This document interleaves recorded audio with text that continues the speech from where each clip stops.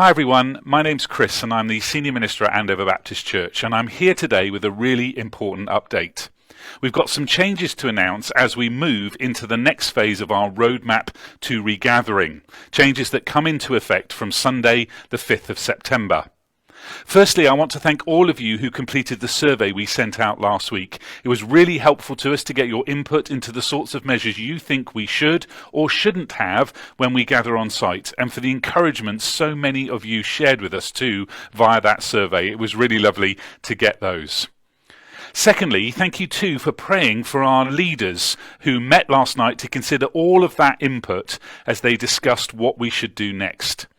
I think it's fair to say that all of the church leaders I speak to around the country and indeed around the world are finding it really difficult to figure out just how to respond to the ever-changing situation with the COVID pandemic. And in many respects it's become even more complicated as governments and authorities leave it up to each individual organisation to determine what measures it will take. And there is such a range of views on what the right thing to do is in society, in businesses, in shops, in theatres and cinemas, and in churches too. Our survey results bore that out with lots of different views on what we should do, ranging from very strict measures at one end of the spectrum to not having any measures at all in place at the other end. It's also clear that a considerable number of people still don't feel comfortable to be part of a larger group, like a church gathering. 69% of those who haven't yet been with us on site cited this, not being comfortable in larger groups, as the key reason why they hadn't come yet. And of course that is completely understandable, and we want to be absolutely clear that we get that, and there is no pressure from us to be on site if you don't feel comfortable. We'll continue to do our online services and other online activities, including connect groups, prayer meetings, children's and youth material, and so on. And where we do start to make some of those things change, or we do start to do some of those things on site, we will make sure that we're using a hybrid version of those things wherever we possibly can. And it's really important too that we respect one another and the different views that we might hold on what should happen. We shouldn't judge others who may have a different view from ours. We've all been through and continue to go through an unprecedented event with this pandemic, and none of us have done this before, and none of us have a monopoly on knowing what exactly should be done. In order to help us try to figure out what the right thing for us to do at ABC is, our trustees, our leaders, have used various sources of help and information. The survey was one, and that was really helpful. The guidance from the Baptist Union, an organisation that we're a part of, has also been helpful, and they continue to encourage churches to exercise caution and to have some COVID measures in place. We've also talked to other churches in our various networks to see what they're doing, and we're also aware that the government continue to urge organisations to exercise caution, particularly for indoor events. We're also really keen to try to include as many people as possible in the opportunity to join with us on site, should they want to, including those who may feel a little bit more vulnerable. Now let me just tell you about some of the significant things that our survey told us. Of those who responded, 24% of people did feel that we shouldn't have any social distancing measures in place. But the majority indicated that they still felt that there should be some social distancing measures in place when we gather on site. And also the overwhelming majority of people who responded to the survey felt that we should continue to wear masks, particularly when we're singing. There were some really helpful comments about what would make the on-site experience more attractive, including having the preaching and service leading from the main hall rather than our studio in here where I am now, and the children's activities taking place at the same time as the service. And interestingly, they're both things that we have been planning for. It was also clear from the survey that simplifying the booking and seating systems we've been using would be really helpful. So what exactly is going to happen? Well, from Sunday the 5th of September, we're going to move to the next phase of our roadmap to regathering. We're going to keep some social distancing between household groups and bubbles, but we're going to reduce it to 1 metre or 2 seats between groups rather than the 2 metres we have been using.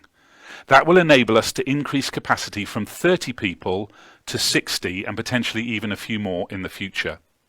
We'll be asking people to wear masks when they're moving around the building and when we are singing, unless they have a medical exemption. But once people are in their seats and when we're not singing, masks can be removed if people would like to do that, and that would make them more comfortable. All of our on-site Sunday children's and youth activities will take place at the same time as the service, with the exception of the Bubbles group for preschool children, which will take place earlier on the Sunday morning because we will be asking a parent or carer to stay with a child, which is what we've been doing up until now.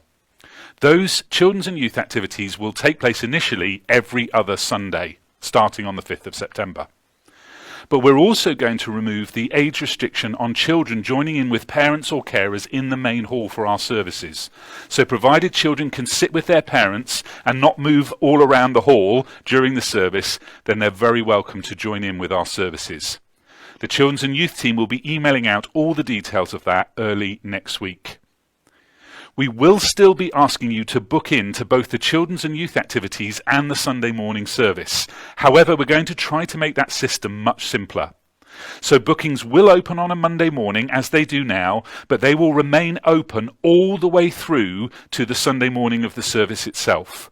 So as long as we don't reach our capacity numbers for bookings, you can book in any time, and you can even just show up on the Sunday morning, and provided we aren't at capacity, you will be able to book in there and then, and our team will be able to book you in there and then, and you'll be able to come in.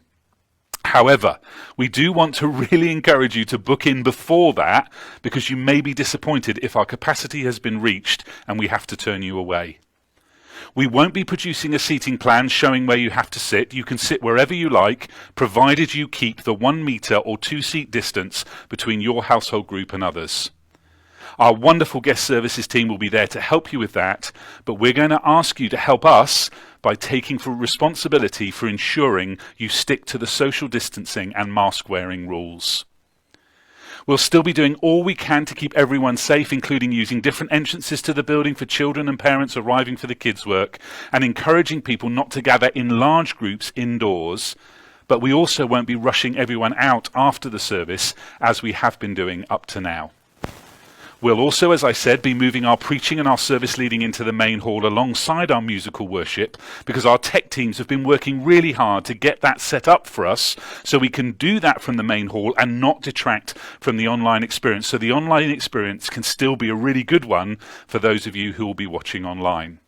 So if you aren't ready to come back on site yet, that's totally fine, and we'll continue to live stream our services, and we have some special plans to do some cool stuff for those who are joining in online, including special studio hosts for before and after the service. And please don't forget in all of this that we're moving the start time for our Sunday service to 11 a.m. and that will include our online service too. And in fact, that online live stream will begin 10 minutes earlier at 10:50 just for a bit of pre-service stuff. Now, we'll continue to keep all of this under review, and if we need to change measures again as we move through the next few months and as things evolve and change across the country, then we will do that. I also just want to say that we're also very aware that since we started online way back when the pandemic began, we've had one service with one style of music. And we're also aware that before the shift to online and before the pandemic, we used to have 2 and sometimes even 3 services each Sunday with different musical styles. And some of you commented on how you missed that in our survey. With all the work that's had to go into the shifts we've made over the last year, it just hasn't been possible for us to do more services and have more variety. But we are talking and thinking about how we might do something about that as we move forward, and perhaps have another service or event where we can include some different music. So much of that will depend on our workloads and our volunteer capacity. But please do watch this space for news about that at some point. Now, a couple of other things just to say in this update before we finish. Firstly, and most importantly, could we ask you to pray for our lovely caretaker, Chris Tall, who was taken very ill this last week with a serious heart problem that may require surgery. He's in hospital at the moment, and we'd please ask you to pray for him. And if you might be willing to help with some volunteer caretaking and cleaning cover whilst we're without Chris, could you get in touch with Marie in our church office, who can explain to you how you might be able to help? That would be really, really helpful for us. Thank you.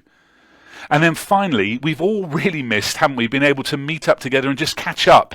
So we'd love to invite you to join us for a picnic in the park on Sunday, the 5th of September at 1 o'clock at the sports field at Charlton Sports Centre, where the rugby pitches are, if you know that.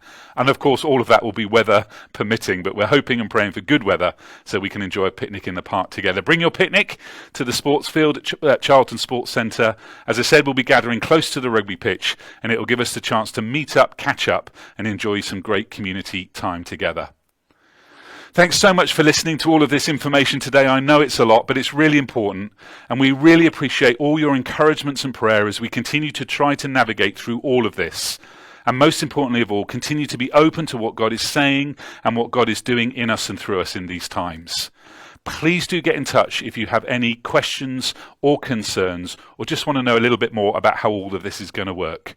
In the meantime, God bless and have a wonderful bank holiday weekend.